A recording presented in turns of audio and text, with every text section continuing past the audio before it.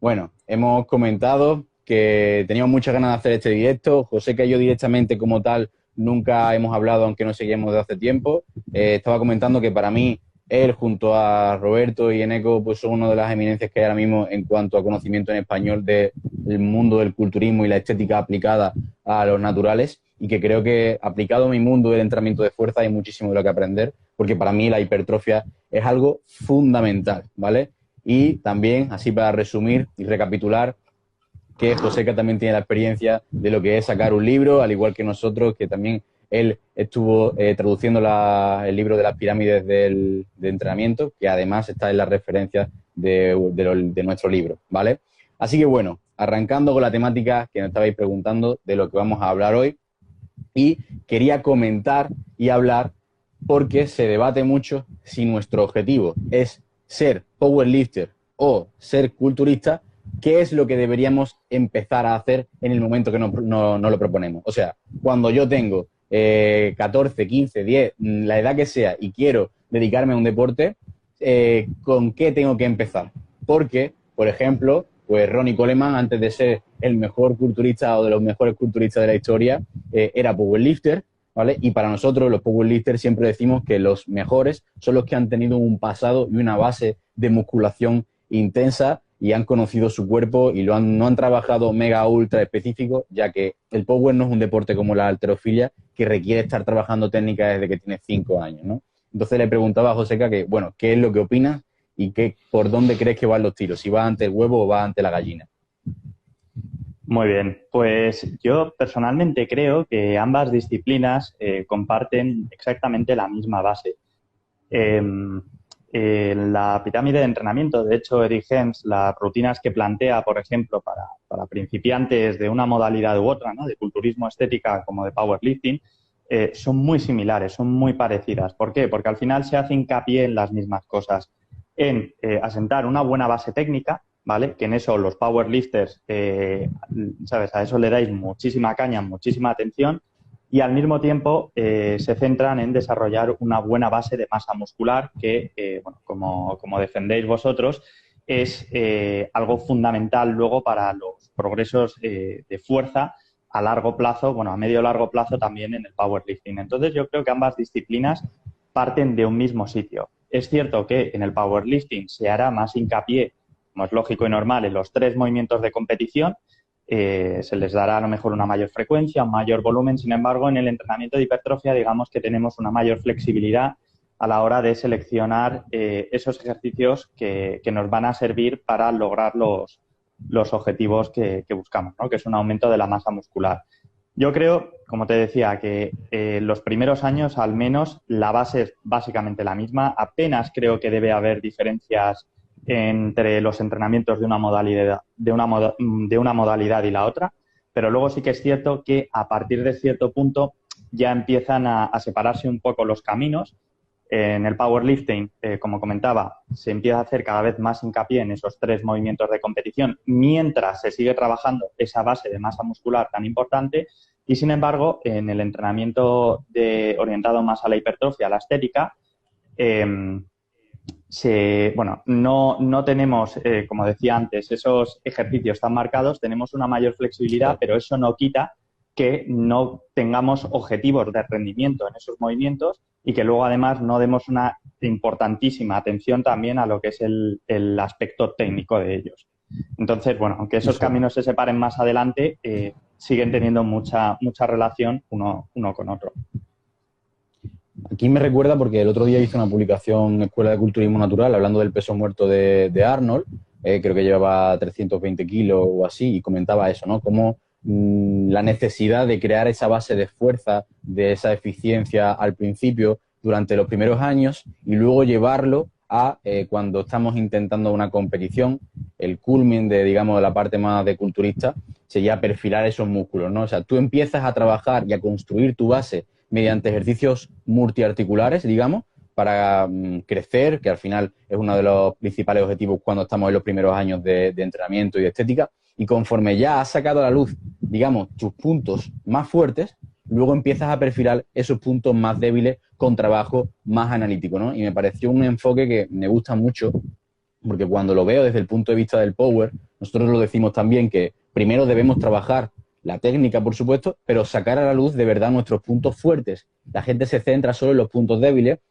en mejorar esta variante en concreta para trabajar puntos débiles cuando ni siquiera sabes cuál es tu punto fuerte. Un día fallas en un punto y a la siguiente reparación fallas en otro punto, porque en realidad no tenías asentados tus puntos fuertes, ¿no? Y una vez que ya ha terminado toda esa etapa de principiante intermedio, empiezas a prepararte un poco más y a atacar los puntos débiles en concreto. Entonces, ¿cómo compartir diferentes puntos, al mismo punto de vista aplicado a la parte del culturismo y aplicado a la parte del powerlifting, ¿no? Y para nosotros es fundamental porque lo que defendemos y siempre decimos es que si quemamos etapas antes de tiempo, luego no vamos a tener una vida muy longeva. En el power lo que vemos es que intentamos exprimir muchísimo a los sub-juniors, a la categoría de menos de 18, categoría de menos de 23, para intentar llevarnos premios, pero no pensamos a la larga. Entonces estamos intentando trabajar con cargas máximas de forma continua, porque al final sabemos que tú generas una adaptación a nivel neural mucho más rápido de lo que va a generar la masa muscular para mejorar la fuerza. Entonces el rendimiento sube, sin embargo, luego llegan periodos cuando eres intermedio de estancamientos muy largos. No algo normal y puntual como sufre todo el mundo, sino estancamientos muy largos. ¿Por qué? Por no tener esa base, ¿no? Entonces también va un poco en torno a eso. Esto me recuerda a cómo entrenadores muy famosos como Sheiko te cuentan que en Rusia hacen años y años de GPP, de preparación física general, que lo tienen además estandarizado, y después se especializan en un deporte u otro. O sea, no es como en halterofilia, que los chinos están haciendo halterofilia desde que tienen 5 o 6 años, sino que todo el mundo trabaja de la misma forma, hacen pliometría, hacen olímpico, hacen básico, hacen autocarga, hacen sprint, hacen cualquier tipo de detalle de modo general y luego empiezan a especializarse, ¿vale? Entonces, una vez que terminan esa etapa de principiante, no se estancan como a lo mejor otro tipo de personas que se inician en el deporte sin esa base. Y me pareció algo increíble, un detalle fundamental englobado a esa cultura que creo que deberíamos también aplicar, que no darle tanta prisa, digamos, al corto plazo, porque claro, la mayoría de personas que se inician, o ya sea en culturismo, en el gimnasio o en el power, es porque vienen de hacer otro deporte y ya se han cansado. Vienen de jugar al fútbol, vienen de hacer cualquier cosa y ahora me dedico al gimnasio, que tengo que estar menos sacrificado, por así decirlo, ¿no?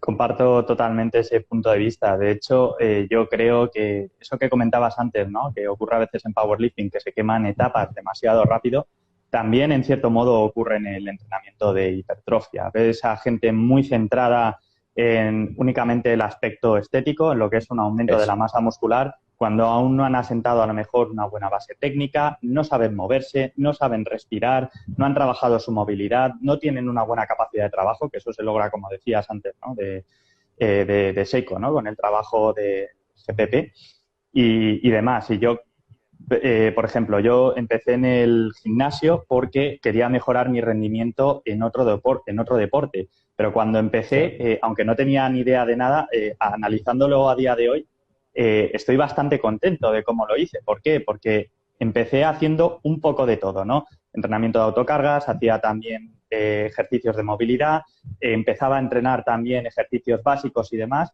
Digamos que eso me sirvió para construir una base que yo creo que también es extensible al entrenamiento de powerlifting e incluso a la halterofilia, salvando un poco las distancias, porque luego habría que incorporar también, sobre todo en el tema de la halterofilia, como decías antes, ese aspecto más técnico, ¿no? de la cargada, de la arrancada y demás. Pero más allá de eso, yo creo que las diferencias son muy, muy pequeñas. Por eso decía antes, ¿no? Que la base no debe ser muy distinta en cualquier modalidad de lo que es un deporte de fuerza, ya sea estética, incluso strongman. Yo creo que lo podríamos meter también en el mismo paquete, crossfit, etcétera, etcétera. Y yo creo que sí, que una persona en sus primeros años, independientemente de la edad que tenga, debería centrarse más en estos aspectos, mirar más a largo plazo, no pensar a lo mejor en cuál va a ser su 1RM en banca, sentadilla, peso muerto de aquí a unos meses o cuánto le van a crecer las piernas o los brazos. Eso es. Sino más bien el asegurarse de sentar esa buena base y luego ya, pues más adelante, pues como decía antes, ¿no? Ya se pueden ir separando un poco más los caminos, ¿no? Y definir ya de forma más concreta los objetivos.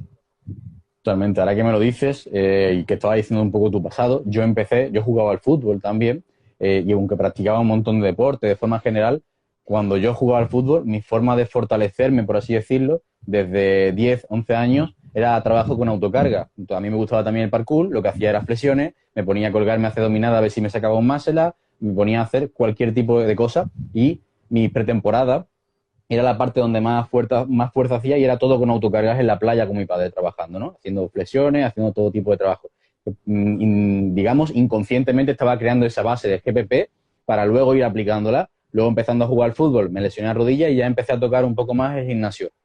Que incluso esos años de la lesión de la rodilla y de la readaptación me dio base para luego a los 16, cuando empecé en el gimnasio como tal a hacer musculación, intentar tener esa base aplicada y por eso tenía tanto rendimiento, ¿no? Entonces muchas veces la gente no comprende que tienes que coger a un niño de 16 años, como hay muchos ahora empezando en powerlifting, 16, 17, 18, y decirle que realmente su objetivo no va a ser, oye, el año que viene vamos a salir a competir al Campeonato de Europa porque eres un junior y vamos a poder intentar ir a por medallas. No, sino que tienes que mirar a 5 años vistas por lo menos y subir de peso, subir de masa muscular, trabajar técnicas, que puedas trabajar en diferentes ángulos. ¿Cómo le explicas eso a un cliente que te está pagando para conseguir resultados, digamos, de forma rápida? Pues educando, es muy, muy complicado, ¿no? Y por eso quería tratar esta parte de la base. Ya vayas a hacer estética, ya vayas a hacer fuerza, ya vayas a hacer, como ha dicho, halterofilia, strongman, power, lo que sea, necesitas básicamente la misma estructura y los mismos cimientos.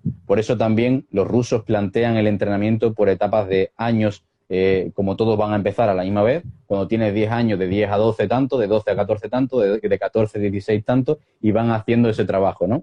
Me parece brutal si pudiésemos esto aplicarlo de forma general, y aunque empieces con 30, y si tu pasado ya has tenido todo esto, perfecto. Si no, tienes que empezar a introducirlo. Lógicamente vas a darte un poquito más de prisa y no vas a tener tanta paciencia como si empezases con 12. Pero también tienes que meter todo ese trabajo general, ¿no? Entonces muchas veces mis levantadores en powerlifting se ríen cuando nada más que hacen un montón de farmer, cuando hacen swing, cuando a lo mejor le tengo que poner algo de cardio o en cualquier aspecto y no están trabajando tanto volumen del básico, por así decirlo, ¿no? Ya llegará, ya tendremos tiempo de eso y entonces por eso también esa parte de cómo lo harías desde el punto de vista de la parte más estética, porque al final el rendimiento se ve perfectamente, pero con la parte estética es más lento y complicado. ¿Cómo le explicas a alguien que no, que necesitas base para luego a la larga poder desarrollar el deltoide lateral, ¿no? Hombre, pues es un poco complicado. Además ocurre una cosa que, bueno, esto es apreciación y opinión mía, y es que quien normalmente empieza a entrenar la fuerza únicamente con fines estéticos suele ser una persona que tiene una mentalidad un poco distinta a la que tendría a lo mejor un crossfitero o un power que, bueno, puede preocuparle también, ¿no? El aspecto físico, pero digamos que sus objetivos son 100% de rendimiento. No, una persona que empieza en el gimnasio de cero porque, digamos, que quiere mejorar su físico, mejorar su estética, esa persona, digamos, que no está tan preocupada por el hecho de mover X kilos, por lo menos al principio. Luego sí que es cierto que con el tiempo pues hay muchísimas personas que terminan cambiando por completo su mentalidad y a lo mejor empezaron en el gimnasio con objetivos puramente estéticos y al cabo de un tiempo pues se dan cuenta de que a ellos lo que les mola es el rendimiento, el mover kilos, claro, el hacer ciertos ejercicios y, bueno, y es lo que ocurre muchas veces, ¿no? Que se pasan a entrenar en boxes de CrossFit, se meten en gimnasios más especializados de Power, Strongman o lo que sea. Pero bueno, volviendo a tu pregunta, la verdad que es algo complicado, es algo complicado. Yo he de reconocer que sí que me centro sobre todo en trabajar con gente que tiene ya más experiencia. Digamos que estos primeros pasos como que me los salto, ¿no? Antes de empezar a trabajar claro, con alguien ya estudio muy, muy bien que esta etapa la tiene bien cubierta. Pero en caso de que no sea así, yo personalmente siempre recomiendo lo mismo, que una persona empiece a entrenar en un gimnasio donde haya un entrenador con una buena base de conocimientos. Además, yo sé que, bueno, justo hoy has subido una publicación que me parecía súper interesante, ¿no? Que hablabas de ese papel del entrenador online y también del entrenador presencial, ¿no? así Y es. yo creo que en los primeros años el papel del entrenador presencial es fundamental, porque es la persona que cara a cara te va a enseñar cómo debes respirar, cómo debes moverte, eh, y bueno, va a estar acompañándote en todo momento y es realmente pues quien te va a enseñar a caminar en cierto modo. Entonces, yo creo que lo ideal, una persona cuyo objetivo es la estética, creo que lo ideal sería que se pusiera en manos de un entrenador que le hiciera entender justo lo que estábamos hablando ahora, ¿no? Que no debe centrarse tanto en perder X kilos de cara al verano o en que sus bíceps crezcan no sé cuántos centímetros y más pensar en crear esa base. Y bueno, yo creo que de todas maneras, mientras se crea esa base, también se pueden empezar a introducir ciertos aspectos ya más específicos, ¿no? Del entrenamiento de hipertrofia, eh, para que bueno, esa persona pueda ir logrando, aunque sean pequeños resultados, y Claro, por lo menos mantener la motivación alta. Que por otro lado, eso, también hay que decir que cuando una persona empieza, por poco que haga, va a lograr unos resultados tremendos. claro, Es decir, que el simple hecho de empezar a trabajar la técnica en patrones de movimiento como la sentadilla, empujes, tirones, aunque sea con un nivel de esfuerzo bajo, aunque sea usando cargas relativamente ligeras, esa persona ya va a lograr un resultado también a nivel estético y puede que eso ya sea suficiente como para mantenerle motivado y seguir más a largo plazo. Pero bueno, insisto en que además es algo que digo siempre, que al principio el papel de un entrenador presencial es clave, es clave. totalmente. De hecho, tengo clientes que alguna vez me han preguntado que si, bueno, a lo mejor yo que soy de Huelva y tengo algún cliente en Madrid, e incluso me han dicho, oye, ¿cómo vería una sesión presencial tal y cual con tal? Y aunque lo entrene yo, he derivado a alguien para que pueda hacerle un entrenamiento personal y le pueda dar feedback o corregir a nivel técnico detalles. O sea, eso al final es muy importante. Y si tú no tienes miedo y que sabes que la persona está a gusto con tu trabajo, no va a tener ningún tipo de problema. Y a veces puedes llegar hasta donde llegas con la parte online, ¿no? Puedes aviártela intentando buscar la forma de los vídeos lo mejor posible y demás. Pero ese detallito, ese matiz, va a cambiar mucho la diferencia. Y a lo mejor con alguna sesión de vez en cuando puede ser interesante. Entonces, esto también es Fundamental. un consejo muy, muy importante para la gente que quiere cambiar o empezar a mejorar algún aspecto técnico, ¿no? Entonces, bueno, a modo de resumen, digamos, en esta primera parte que estábamos hablando, como consejo para todo el mundo que al final nos gusta llevarnos las cosas, qué mensaje nos llevamos, pues independientemente del objetivo que vayas a tener, ya sea estética, power, halterofilia, strongman, crossfit, necesitas trabajar la base, ¿vale? Esto no significa que si haces power no tengas que salir a competir, por ejemplo, porque necesitas ganar experiencia o cualquier otro tipo de movilidad, como por poner un ejemplo, ¿vale? Pero sí necesitas trabajar mucho a nivel general, ¿vale? Para crear esa base en un futuro, no estancarte y sentarte con tu entrenador y aunque parezca una locura, crear, digamos, objetivos a largo plazo, pero a largo plazo no es en vista de un año, sino en varios años. Que si tú coges a un chaval de 15 o 16, estamos hablando de planes de buscar a lo largo de 4 años, ¿vale? Este año vamos a dar más importancia a centrarnos en tal, el año que viene tenemos una competición que a lo mejor podemos darle un poquito más de prioridad a grupos más musculares o un trabajo más pesado, pero el siguiente vamos a intentar no priorizarlo tanto, lo que sea. Ahora que está tan de moda la información del trabajo emergente, también creo que es muy importante poner el contexto, la visión a largo plazo, porque solo nos fijamos en pequeños bloques muchas veces y nos dejamos de lado eso, ¿no? Que esto es lo que me está haciendo mejorar ahora, vale, perfecto, te puedo estar haciendo mejorar ahora muchísimo, una barbaridad con diferentes técnicas, pero no te va a hacer mejorar en un futuro. Igual que en culturismo, todo el mundo está pendiente tan solo de las técnicas avanzadas, de cómo hacer un respao, una drop set, una serie alterna y demás cuando estás siendo principiante. En Power pasa lo mismo. Cómo puedo estar usando un eslincho, unas parciales, un trabajo de asistencia excéntrica o lo que sea para mejorar aún más rápido. Esa no es la clave y mi compañero Víctor lo subió el otro día, que esos son detalles para más adelante. Y es al final en España, tanto los deportes de fuerza en general como todos los chavales que están empezando en la parte del culturismo, es algo joven y no hay tanta cultura como en otros países, con lo cual no hay tanta gente avanzada como para tener que estar usando todos esos detalles al mismo tiempo y a la vez.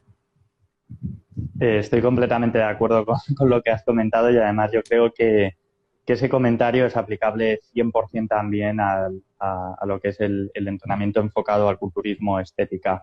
Como bien decías, se habla mucho de técnicas avanzadas de entrenamiento, además con nombres súper rimbombantes que a la gente le gusta nombrar, ¿no? Bueno, al fin y al cabo también ¿no? La novedad siempre suena como muy atractiva, ¿no? La ilusión de la complejidad, ¿no? Algo que parece que es más complejo, pues nos entra mejor, nos capta más la atención, pero es cierto que eso al final hace que muchísimas personas empiecen a descuidar las cosas más básicas, las cosas más fundamentales, que al fin y al cabo es de lo que va a depender el 90, si no más, el 90 o más por ciento de lo que es su desarrollo, vamos, a la hora de alcanzar su máximo potencial genético.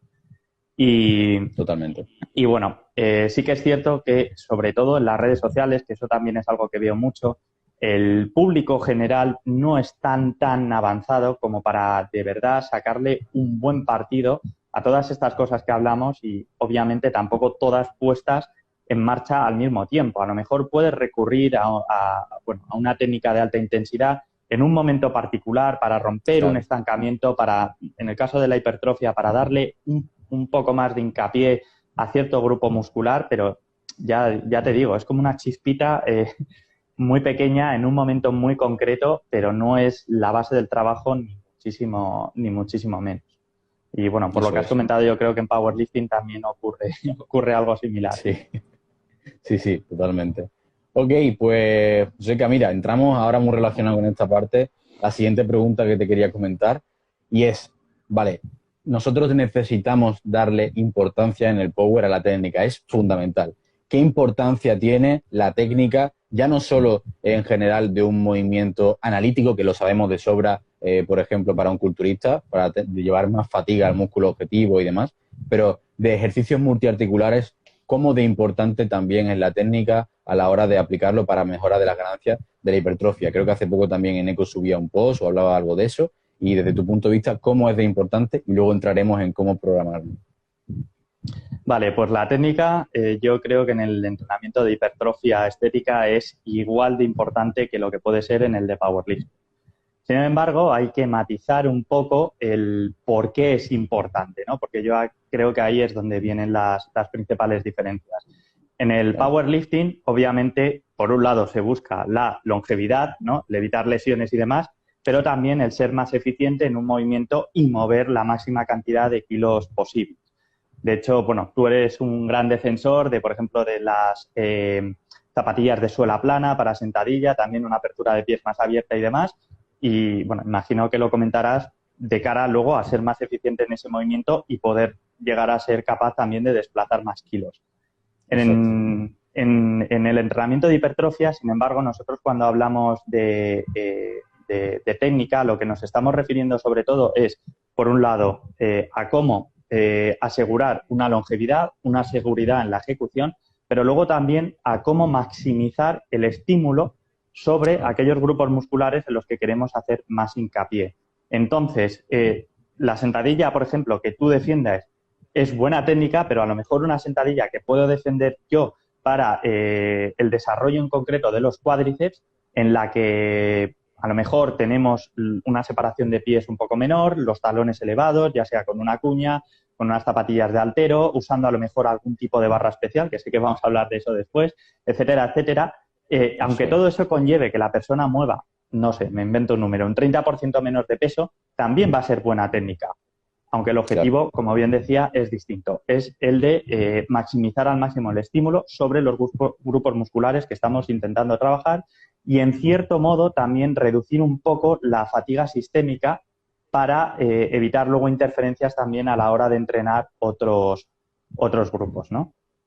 No sé si me he liado un poco o ha quedado claro. No, perfecto. O sea, ¿sí? Al final, a modo de, digamos, de resumen, o sea, nosotros buscamos los powerlifters, o cuando estamos hablando de, digamos, la fuerza, nuestra técnica perfecta adaptada a la persona es la técnica que le permita movilizar mayor cantidad de carga, ¿vale? Que eso es por un lado, pero también que permita, digamos, la mayor eficiencia para no lesionarnos. Te pongo un ejemplo. Yo puedo movilizar más carga con una flexión lumbar porque mi tejido es más eficiente, la posición biomecánica está haciendo que la cadera esté más cerca de la barra y demás, pero es lesivo, es peligroso. Entonces, a la larga, tampoco es lo suficientemente buena técnica, aunque te permita uno de los primeros puntos, que sería el levantar más carga, ¿no? Pero también hacerlo de una forma eficiente y que no nos permita lesionarnos.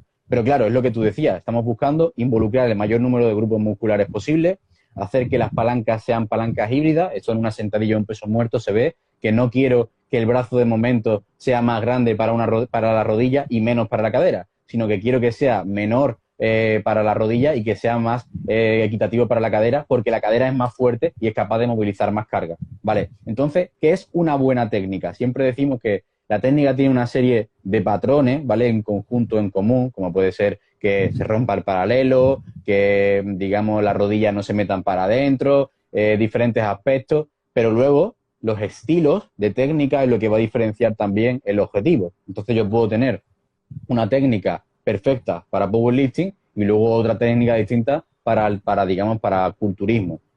Entonces, si yo estoy haciendo power durante toda mi vida y quiero dedicarme ahora a entrenar la parte estética, quizás deberíamos cambiar el enfoque de lo que sería una correcta técnica para mí y olvidarme de esa parte de los kilos, como decía Joseca, ¿no? Entonces, esto es un mensaje muy, muy importante. Otro ejemplo también típico es el del peso muerto, ¿no? El peso muerto que se habla tanto, de un sumo, ¿por qué no lo usan los culturistas normalmente tanto como si lo usa un powerlifter? ¿O por qué no se hace tanto un convencional y se hace más un rumano? Al final son ejercicios multiarticulares también, permiten movilizar menos carga, pero estás dándole más estímulo al grupo muscular en concreto, ¿no? Totalmente.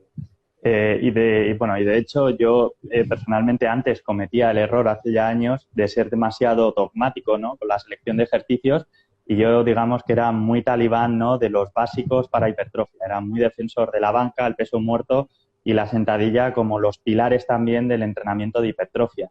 Y si bien es cierto que también va a depender un poco de la biomecánica de la persona, puede que esos movimientos de cara también al desarrollo de la hipertrofia sean buenísimos. Por ejemplo, una persona que tiene los fémures muy cortos en relación al torso, con una capacidad brutal para mantener el torso muy vertical, lograr una flexión de rodilla enorme en relación a la de la cadera, etcétera, etcétera. Para esa persona, una sentadilla trasera puede ser el mejor ejercicio que puede haber para desarrollar los cuádriceps. Sin embargo, una persona con los fémures muy largos, el torso muy corto, cualquiera que tenga a Layne Norton en la cabeza sabe de qué estoy hablando, pues ese mismo ejercicio realmente es una herramienta muy, muy, muy ineficaz para ese desarrollo del mismo grupo muscular. Entonces, Claro. bueno, al final en el entrenamiento de estética tenemos una ventaja, y es que los ejercicios no son un fin en sí mismo, sino son herramientas que estamos empleando para lograr un estímulo determinado en unos grupos musculares concretos. Y al final esos ejercicios los tenemos que elegir en base, bueno, a una serie de principios, entre los cuales uno de los más importantes es que se adecúen bien a nuestras palancas y que podamos hacer, bueno, aparte de forma segura, ¿no? Sin arriesgarnos a sufrir una lesión, y luego también, bueno, pues que disfrutemos haciéndolos, ¿no? Que eso también yo creo que es algo importante para garantizar la adherencia y el esfuerzo a largo plazo. Claro. Sin embargo, aquí creo también una cosa y un detalle, y es que, igual que hablábamos antes de la base, cuando hablo de técnica, creo que antes de tener que especializarnos, aunque nuestro objetivo sea la estética, y tener que especializarnos en un peso muerto rumano y sacar el máximo partido posible, igual que antes de sacarle el máximo partido posible a esa sentadilla, también barra alta con stand más cerrado y con tacón y demás, creo que tenemos que pasar por diferentes posiciones, y también creo que haya que aprender a hacer una frontal, que haya que también hacer una barra baja, a aprender unos pies más abiertos, más cerrados, diferentes posiciones, que un rumano no sea solo el único objetivo, sino que antes también haya podido tocar, aunque sea suave, un peso muerto sumo o un peso muerto convencional, y que esa base sea también a nivel de riqueza motriz técnica, ¿no? Que yo sea capaz de intentar hacer un movimiento si quisiese, cuando quisiese, no tenga que aprenderlo de nuevo, tenga esa base, porque bueno, la teoría de los sistemas dinámicos complejos, que está tan de moda ahora cuando se aplica a la parte técnica, si yo tengo riqueza motriz de saber hacer un movimiento o un patrón de diferentes formas, de cuantas más formas sea capaz de hacerlo, tengo esa experiencia para después poder integrarla en cualquier aspecto del mundo del entrenamiento. Entonces, creo que la gente que sabe hacer un convencional bien, luego sabe diferenciar mejor cuando está haciendo mejor el rumano y cuando ha perdido la técnica. Entonces, si yo quiero saber exprimir ese rumano, si antes he sabido hacer ese convencional, he sabido en qué momento, por intentar meterle más carga al rumano, se me ha ido la posición técnica y ya se me ha ido más a convencional, he involucrado más de la cuenta esos cuádriceps, esa flexión de rodilla y no le he sacado tanto partido, porque aunque seamos avanzados, cuando la carga sigue siendo muy alta o seguimos progresando, al final siempre tenemos fallos a nivel técnico, y un fallo a nivel técnico en culturismo, creo que también puede ser simplemente no haberle dado el estímulo al músculo en concreto por haber fallado a nivel de un rango articular. Completamente de acuerdo, Rubén. Además, esto tiene mucha relación con lo que hablábamos antes de esa primera base que hay que construir antes de especializarnos incluso en una modalidad u en otra.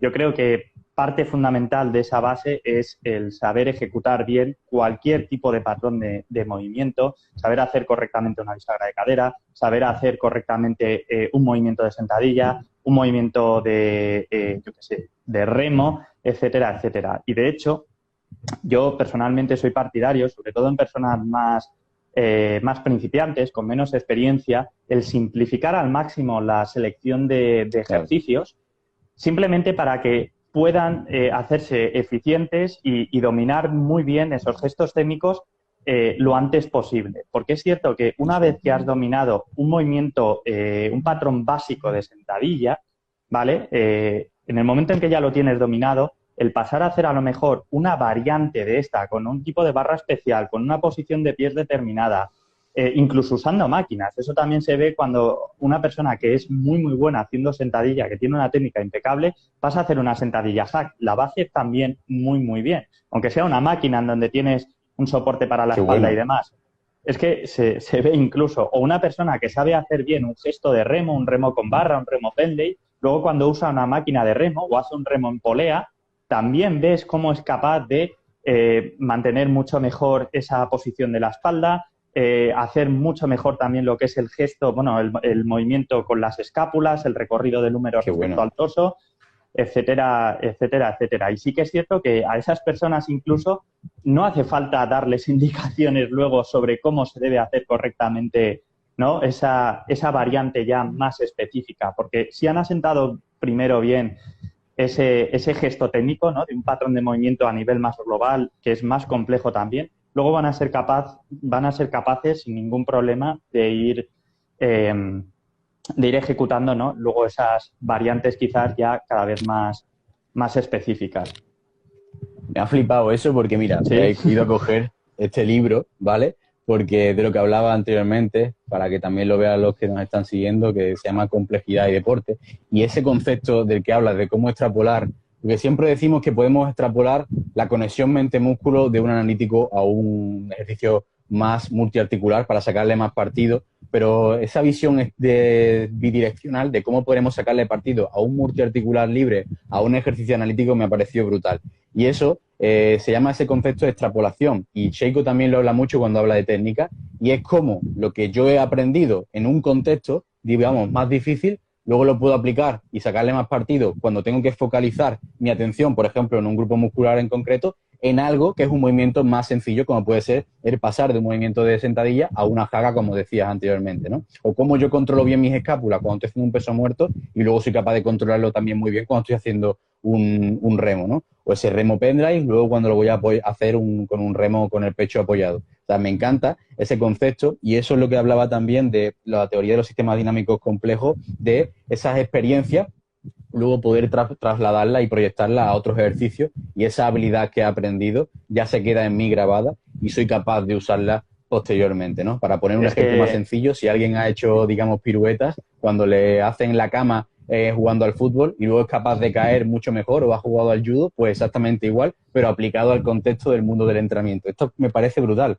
porque es lo que hablaba contigo. Si yo puedo aprender cosas del culturismo para el power, pero si puedo aprender conceptos de deportes de equipo para el power, aplicarlo desde otro punto de vista, es una maravilla.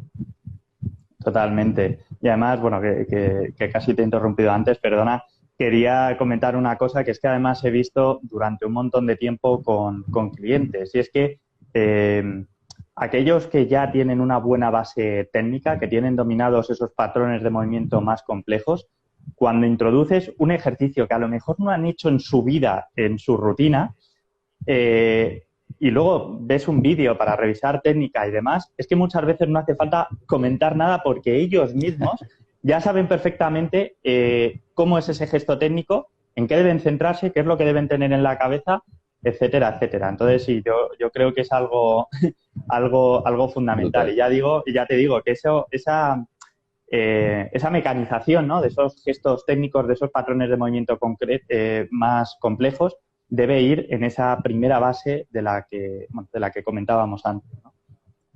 Y luego también, el otro día lo hablaba, yo hablo mucho del green, ¿no? De la capacidad de lucha, por el vídeo ese tan famoso también que subí de los 275 por 3, que me duró 8 segundos la repetición tercera. Y digo muchas veces que esa capacidad de green, que siempre se habla en los básicos, luego también es extrapolable a los movimientos más analíticos. Y una persona que sea capaz de llevar su RIR al siguiente nivel es mucho más fácil cuando ya ha experimentado ese sufrimiento en un básico y luego lo quiere aplicar a un movimiento más analítico. Viceversa, para el otro sentido es mucho más complejo porque no es lo mismo sufrir en un músculo que sufrir de forma general. Pero al final, si sufres de forma general, luego sufrir de forma analítica, es más sencillo, pero no significa que haya una correlación directa. También hay que aprender. Yo, por ejemplo, me pongo como caso. Yo sufro mucho en una sentadilla y no tengo ningún tipo de problema y en un curl de bíceps no soy capaz, pero simplemente por falta de entrenabilidad. Pero tengo ya grabado esa capacidad de sufrir. Pero bueno, entonces eso también es otro ejemplo que me encanta, ¿no? De todo este concepto de esa extrapolación que hablamos. Sí, totalmente, totalmente. En un principiante quizás es algo menos importante, ¿no? Esa capacidad de green, ¿no?, que comentabas, porque más importante que ello al principio es el tema técnico, pero sí que es cierto que a partir de cierto punto, una vez que se tienen ya dominados bien los gestos técnicos y la ejecución es segura, estandarizada y demás, a partir de ese momento yo creo que es fundamental que una persona empiece a mejorar tanto como sea posible su capacidad de esfuerzo. Y vamos, totalmente de acuerdo. Quien sabe pelear a muerte, ¿no?, como ese vídeo que comentabas antes, que es una verdadera locura, para quien no lo haya visto, que le eche un ojo porque, vamos, es para quitarse el complejo, la repetición más larga de la historia. Pues quien sea capaz de pelear una repetición de una sentadilla tan pesada de esa manera, luego ya tiene todo el trabajo hecho. Como bien decías, cuando quiere entrenar con un nivel de esfuerzo muy alto o entrenar al fallo un ejercicio analítico, un ejercicio en máquina, un ejercicio en polea, etcétera, etcétera. Como es lógico, va a necesitar también de un proceso de adaptación porque, digamos que tiene ciertas diferencias, pero vamos, va a ser solamente una cuestión de tiempo. Sin embargo, a la inversa, sí que es cierto que es muchísimo más difícil y eso es algo que se ve muy a menudo en gimnasios, ¿no? Gente entrenando al fallo, haciendo curls de bíceps asistidas, forzadas, drop sets y tal, pero luego a la hora de hacer, por ejemplo, una prensa, una jaca, ya no estoy hablando de una sentadilla con peso libre, sino cualquier movimiento multiarticular de pierna, aunque sea en máquina, ya ves cómo ahí, y de hecho hay un estudio que lo demuestra, ¿no? Creo que era con la prensa, que es muy, muy difícil que esa persona llegue a desarrollar grados de esfuerzo muy, muy altos. Y de hecho, bueno, creo que se vio comparaba el tren superior con tren inferior, ¿no? Sí, sí, exacto. Y que en la prensa, por ejemplo, realmente ellos interpretaban que iban al fallo y les quedaban, no sé, como mínimo 6, 7, 8 repeticiones hasta llegar a él. Eso es. Que no era igual extrapolar el RIR en el tren superior que en el tren inferior. Exacto. Sí, porque a nivel sistémico, a nivel global, pues claro, la fatiga que supone, ¿no?, es muy distinta. Y esa capacidad, pues, con los básicos, pues, joder, se desarrolla de maravilla, la verdad. Ok, y bueno, Joseca, ahora ya hemos hablado de la importancia. ¿Cómo programamos la técnica, el aspecto de trabajo técnico en la parte de cómo lo meto en una programación de entrenamiento para estética? ¿Y por qué pregunto esto? Porque, bueno, sabemos que para empezar a aprender, que no perfeccionar, que es distinto, un patrón técnico, un ejercicio, tenemos que trabajar con un carácter del esfuerzo bajito, ¿vale? Dejando al menos, el doble de las repeticiones de las que estamos haciendo. Entonces, si estamos haciendo repeticiones a 5, digamos que tendríamos que estar usando una carga que podría movilizar a 10 repeticiones, ¿vale? Entonces, eso digamos que es a modo general lo que se recomienda para trabajar a nivel técnico. Y bueno, en Power no tenemos ningún tipo de problema y lo hacemos porque el objetivo no es la mejora de la masa muscular y en las primeras fases no tenemos ningún tipo de problema. Pero, ¿cómo se aplica esto a un digamos, cliente, un atleta de culturismo? Vale, pues bueno, aquí ya imagino que ya hemos superado esa primera etapa, esa primera base como más general. Yo personalmente soy muy partidario de usar en personas en las que aún queda pulir el aspecto más técnico, sobre todo en movimientos más complejos. En esos casos soy muy partidario de usar sistemas de progresión en los que de forma implícita se tengan que dejar cierto número de repeticiones en recámara, al menos en un número importante de series. Y para ello, por ejemplo, el sistema de doble progresión me parece muy, muy bueno porque, por ejemplo, una persona que va a hacer un 5x8, un 4x10 o lo que sea en un movimiento y únicamente va a aumentar la carga una vez que ha sido capaz de llegar a ese número de repeticiones en todas las series, bueno, pues por definición va a tener que dejarse repeticiones en recámara en las primeras series si su objetivo es igualar ese número de repeticiones hasta en la última. Entonces, esas primeras series que tienen un carácter de esfuerzo más bajo le van a servir para reforzar y afianzar esa técnica. Y luego, al mismo tiempo, esas últimas series que van a tener un grado de esfuerzo más alto en relación a las primeras, también le van a servir para exponerse a esfuerzos más altos, porque también es cierto que muchas veces a la hora de mejorar la técnica es necesario exponerse a cierto nivel de esfuerzo, porque ahí realmente es cuando salen a la luz los fallos, ¿no? Y bueno, y luego al mismo tiempo que eso también estamos logrando un estímulo de entrenamiento adecuado luego de cara a la hipertrofia, ¿no? Que como bien sabemos tienen que tener lugar, ¿no?, unos niveles de esfuerzo relativamente altos, ¿no? Se suele debatir entre un RIR 3, un RIR 4, una cosa así como mínimo, para lograr las adaptaciones que buscamos. Yo personalmente no es que esté en contra del RIR, ni muchísimo menos en hipertrofia, que a veces la gente lo interpreta así, es simplemente que no soy muy partidario de que la persona tenga que pensar de forma consciente en él al mismo tiempo que está haciendo un ejercicio, una serie o lo que sea. Prefiero ya preconfigurarlo, ¿no?, en cierto modo con el sistema de progresión que se va a seguir y al fin y al cabo, bueno, lo que se termina logrando es exactamente lo mismo. ¿Puedes explicar un ejemplo real de ese trabajo de doble progresión?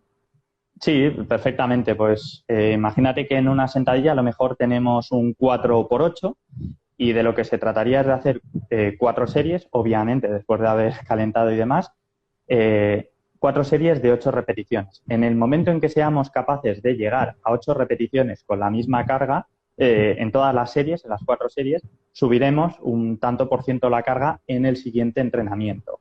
De modo que, por ejemplo, en la primera sesión sacamos 8, 8, 7, 6. En el siguiente entreno mantenemos la carga y sacamos 8, 8, 8, 7. En el siguiente entreno, a lo mejor con la misma carga, ya sacamos 8, 8, 8, 8 y eso ya pues nos da permiso, por decirlo de algún modo, para subir la carga en el siguiente entreno y volvemos a empezar. De ese modo, como decía antes... Entonces esa carga la dejas prefijada, ¿verdad? La carga la dejo prefijada, sí. O sea, digamos que en lugar de seguir una progresión lineal en donde hay un aumento fijo de carga en cada entrenamiento, pues lo que se hace de esta manera es autorregularlo en cierto modo en base al progreso que se va logrando, ¿no? Y bueno, como comentaba al principio, las primeras series van a ser relativamente más fáciles que la última y eso, pues, de cara a una persona con menos experiencia, le va a ser de gran utilidad para poder mecanizar la técnica, para poder practicarla y demás. Y luego, aparte, pues, como decía antes, ¿no?, las últimas series que van a ser con un nivel de esfuerzo más alto, al haber acumulado más fatiga, pues también nos van a servir para que se pueda exponer a esfuerzos más altos y luego, aparte, pues lograr ese estímulo de entrenamiento, ¿no?, con un carácter de esfuerzo más alto que es tan necesario también para el desarrollo de la masa muscular. Eso es. Al final, nosotros también lo que hacemos es priorizar el trabajo de aspectos, digamos, técnicos y jugamos tanto con ese carácter del esfuerzo del que hablábamos anteriormente, sobre todo en la parte de que queremos aprender.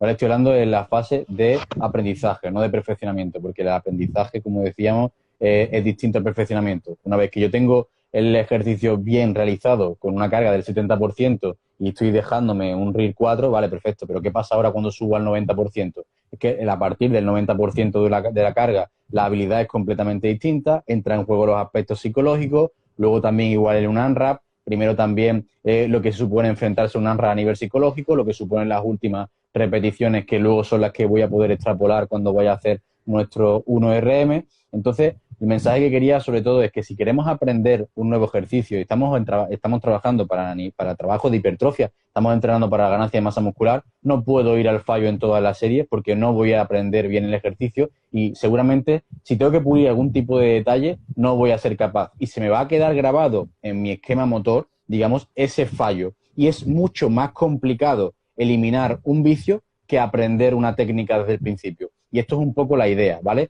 E incluso aunque estemos trabajando, como decía, para hipertrofia, que era el mensaje que quería dejar claro. Yo estoy trabajando, digamos, un movimiento concreto y quiero pasarme a otro que no he realizado nunca de esa forma, pues al principio sé más conservador y conforme vaya ganando esa experiencia, ese aprendizaje, ya puedo aumentar el carácter del esfuerzo. Entonces, me parece perfecto esa idea de la doble progresión porque al principio siempre vas a ser un poco más conservador, al menos en las dos primeras series. Claro, y además, bueno, quiero recalcar algo importante que en ningún momento se busca el fallo concéntrico, es decir, el empezar una repetición y no ser capaz de terminarla, ni muchísimo menos. Cuando hablamos de fallo, a lo que me refiero es hacer tantas repeticiones como sea posible con una buena técnica. Aquí también el papel del entrenador es importante, Claro. ¿no? Para luego ir chequeando la técnica de ese atleta y asegurándose de que todas las repeticiones que va haciendo son con una buena técnica, porque de nada me sirve que haya logrado a lo mejor ese objetivo de repeticiones en la última serie si ha sido a costa de sacrificar la técnica en las 2 o 3 últimas, ¿no? Claro. Ahí también es importante el papel del entrenador, ¿no? Para ir asegurándose de que sigue manteniendo la técnica, porque como bien decías, y además eso lo comparto totalmente, que es mucho más difícil deshacerse de un vicio que adoptar un nuevo hábito. Exactamente. Es más, fijaos hasta qué punto a nosotros nos pasa que cuando nos llega un levantador con un vicio ya asentado, tenemos que dejar de trabajar el movimiento y trabajar tan solo variantes que hagan que ataquen directamente ese punto que queremos corregir. Y muchas veces tenemos que seleccionar variantes para trabajar aspectos técnicos sin tener en cuenta la mejora de la fuerza. O sea, fijaos hasta qué punto relevo el trabajo de fuerza, o sea, voy a ponerte una variante y un trabajo que no va a mejorar tu fuerza, pero va a corregir tu debilidad, ¿no? A nivel técnica, que puede ser perfectamente, imagínate que meto mucho los codos en un press de banca y tengo que aprender a sacarlo, pues tengo que hacer un press de banca con un movimiento de un rango de recorrido muy cortito para aprender a mover los codos hacia afuera y no meterlos tanto, y eso no va a mejorar tu 1RM porque tu punto de estancamiento se encuentra en el pecho y no arriba, pero te enseña el patrón de movimiento. O sin embargo, tengo un buenos días muy acentuado y empiezo a trabajar una sentadilla con barra alta con un stand muy abierto para que no me permita irme de frente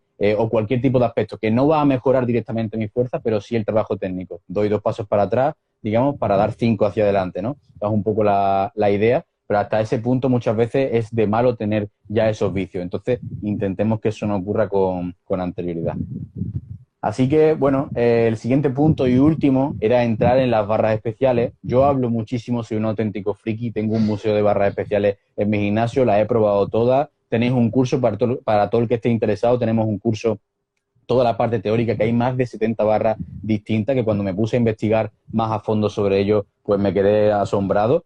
Y llevarlo a la práctica me parece increíble en el mundo del entrenamiento de la fuerza y Westside Barbell, que para mí son unas eminencias en eso, pero ¿cómo lo llevaríamos a la parte del mundo del entrenamiento para la hipertrofia? Porque tiene su cabida y yo sé que también has hablado alguna vez de ellas. Entonces, ¿cuáles son las que más te gustan? ¿Cómo lo introduces y por qué?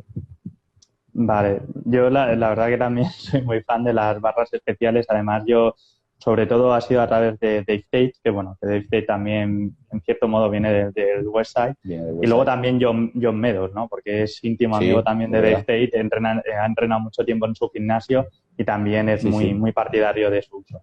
Pues yo la verdad que creo que de cara a la hipertrofia son muy interesantes porque permiten modificar un poco a lo mejor el tipo de agarre barras tipo la barra suiza, la football bar.